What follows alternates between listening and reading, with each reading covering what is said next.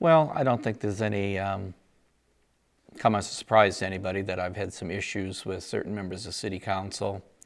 I have been, I have found the stress of the workplace to be detrimental to my health. After the way the council meeting started yesterday, knowing that my 6-month evaluation was going to be on the agenda and was on the agenda for the executive session, I essentially made the decision during the meeting that I would be informing them that I'm going to be looking for other positions. I am willing to stay until I'm offered another job, but of course I gave the council the opportunity, and the council will always have the opportunity to terminate me according to my contract, should they wish to do so. They did not take that action last night, so at this point I am working until I have another job offer, and I will continue to work to the best of my ability for this city and to try to give this city what it needs, but it is apparent that I simply do not have the skill set to know how to deal with the city council. And there are members of the city council who are simply not pleased with the work product that I'm producing. They seem unclear of what their role will be and seem to think that they manage by committee, and they don't manage by the committee. They set policy, they hire a manager to manage, and they don't seem to understand that difference. And I don't have the, again, I just don't seem to have the ability to get that through to them. From my position down, and even dealing with the vast majority of the public in this community, I have had nothing but a positive relationship with this community. I think that I could do good work for this community.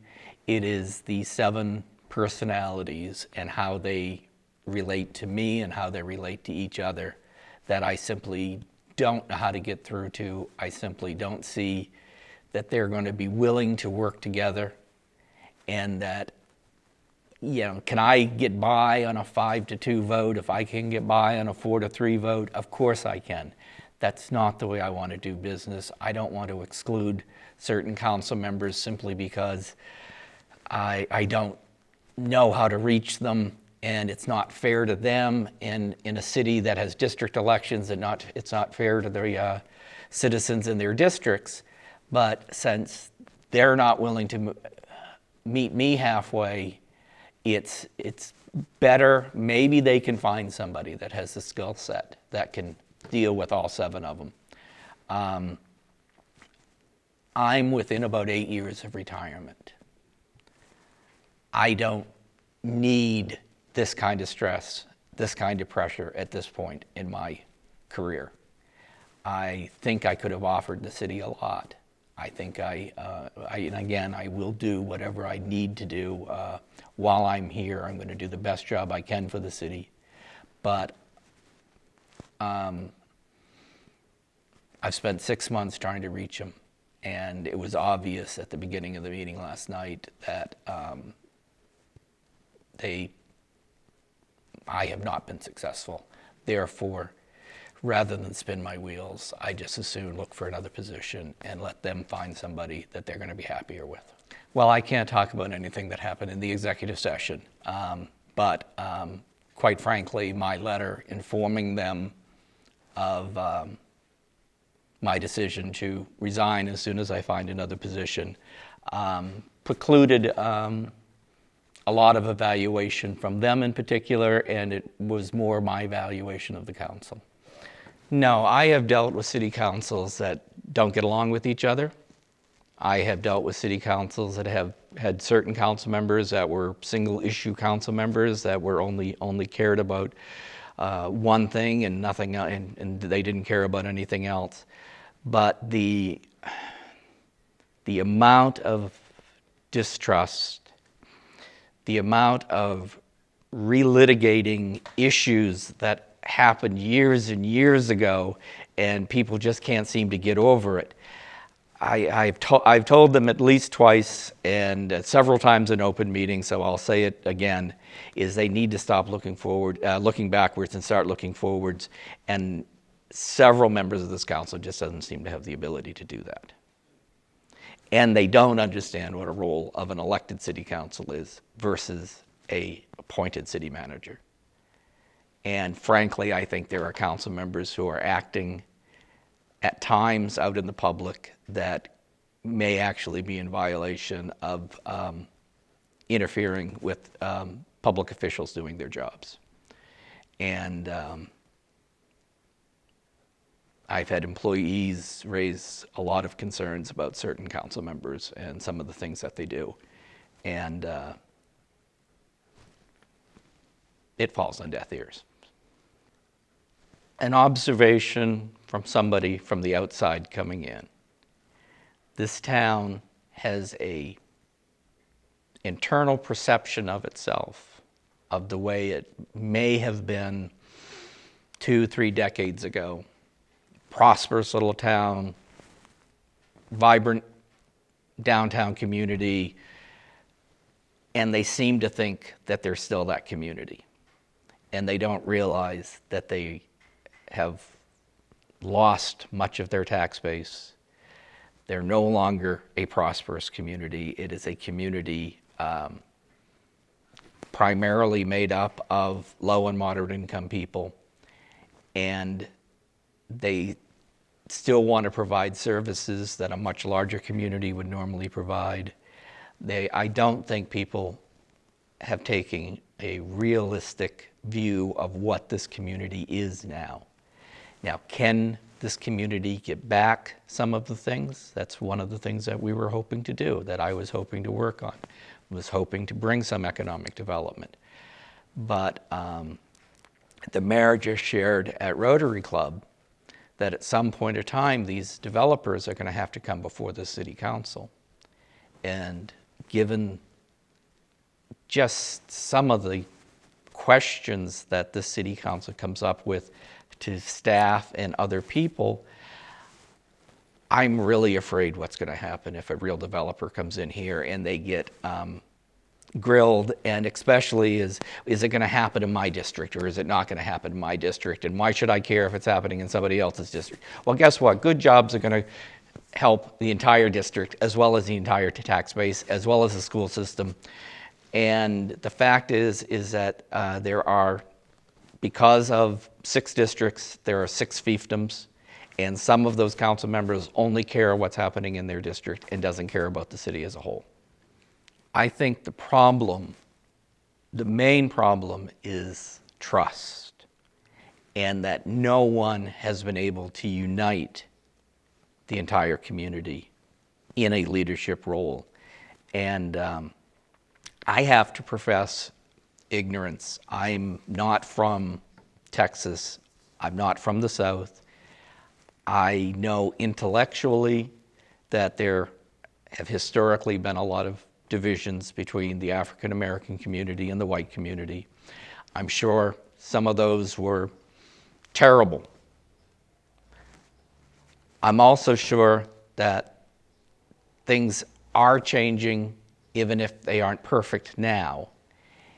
And yet I still think that there is a very big north-south, black-white divide in this community, and they need a leader who can come forward and unite both communities and at least be trusted by both communities. And I think right now the biggest problem in this community is trust and what's in it for me as opposed to what's in it for the city as a whole. False accusations about, somebody misallocated money, or the good old boy system, and what happened to grant funds. Well, one of the things that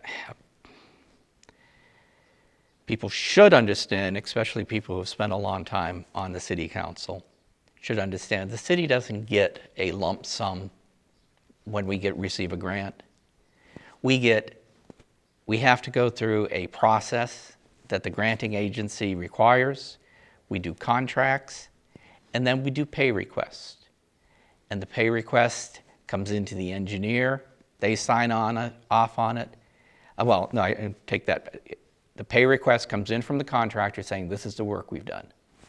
The engineer reviews that, says, yes, you've done this work, we're going to sign off, it's okay to pay. It then comes to my office and it says, okay, Your engineer and your contractor has said, this is the amount of work done. Do you want us to release these grant funds to pay this contractor? And then I sign it. City never gets that money in their own bank account.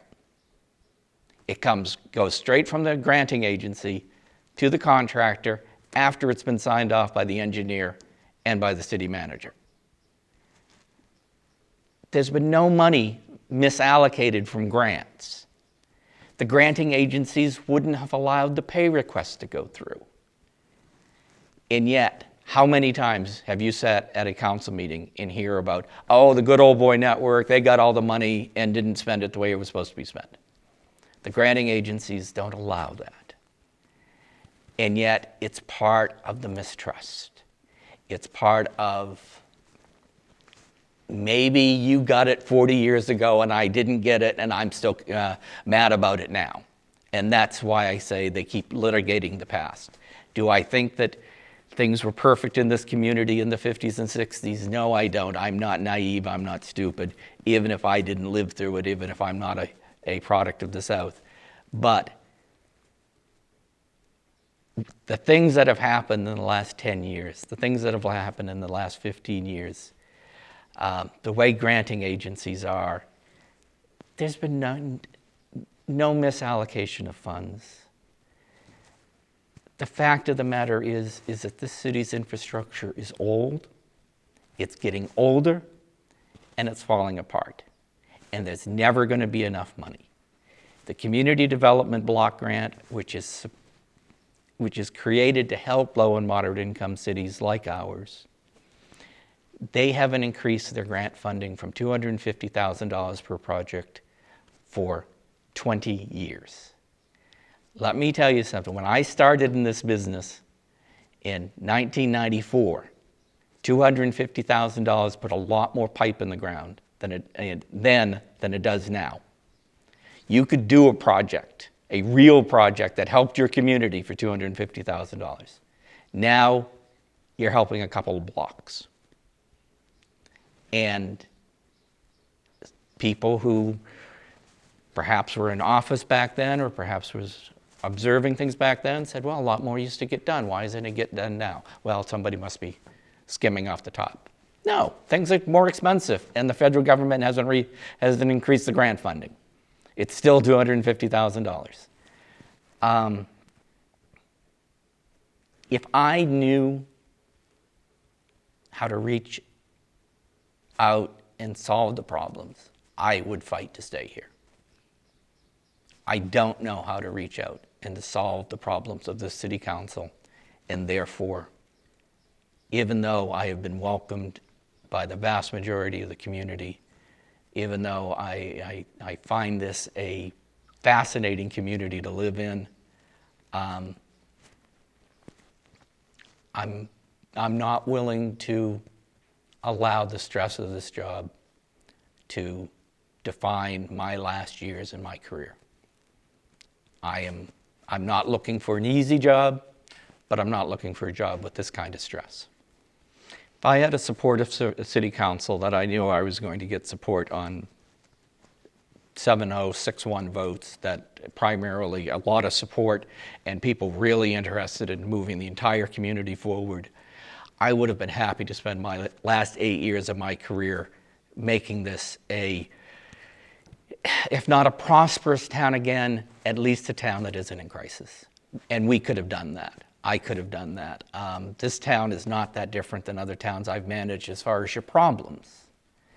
The problems that I couldn't reach was how to deal with the elected officials. In 6 months, we have made real efforts to reach out and to look at some people who want to do development. I am very concerned, and frankly it weighed on me, is if I leave, are those developers going to leave? And I hope they don't. I hope they come in. I hope they have some good ideas. They have some good plans.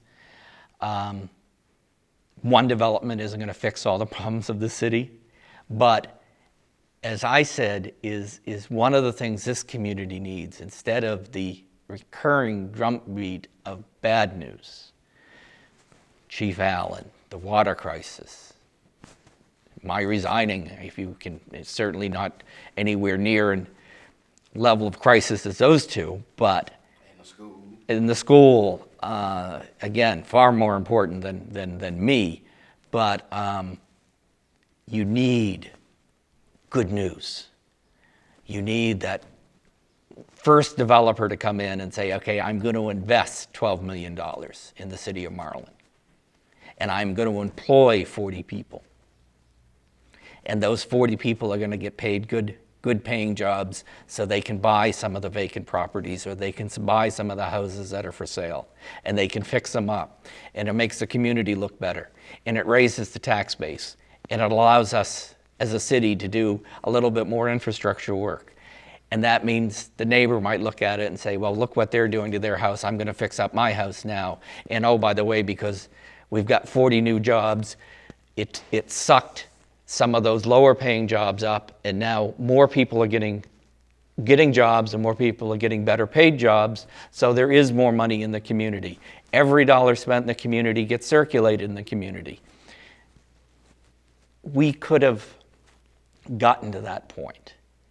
I am confident that I knew the right people to come in and do some of that investment, and we were fortunate that an investor is coming in and looking at things right now. But I am terrified of what's going to happen if they have to come and actually ask for tax increment financing from this council.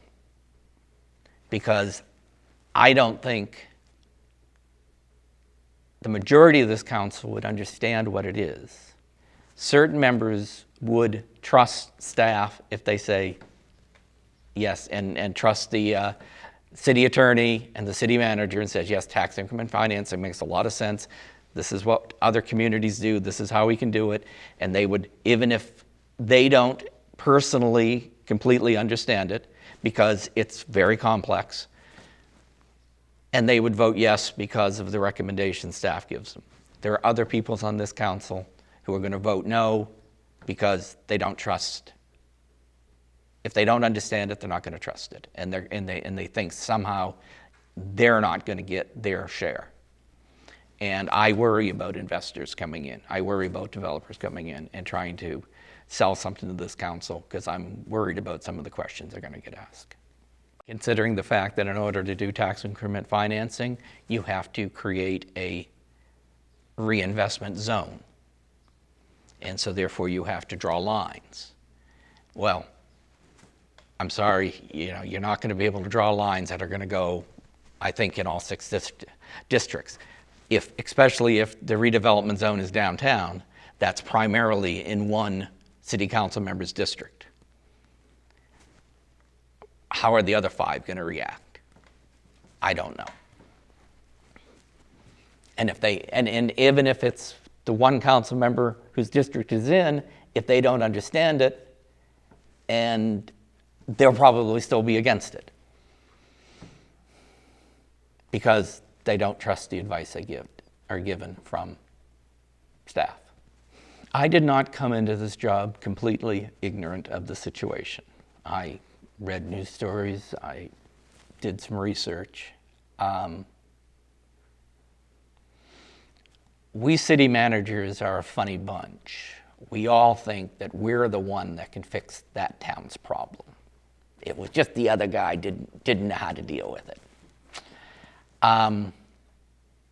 If I had known how intractable it was going to be, then no, I wouldn't have taken the job. Fortunate thing for the city is you're going to find another city manager like me who says, he just didn't know how to do it. It wasn't in his skill set. It's in mine. I'm going to come in and I'm going to fix it. But in 12 years, as far as I've been able to figure out, you've had 8 city managers. Several interim, several permanent. At some point in time, even people in my profession are going to say, 8 city managers in 12 years? Nah, not going to try it. So you're either going to get somebody right out of school who's desperate to get 2 years in of experience and then off to another bigger community that can offer more money, or you're going to get somebody who basically says, okay, I need 1 or 2 more years to get vested in the retirement system, and I'm going to come and I'm going to close my door and I'm going to sit in my office and I'm just going to pray that the roof doesn't fall in on me while I'm putting in time. To find somebody who's actually going to come in and work is going to, it's going to get harder and harder as they force people like me out.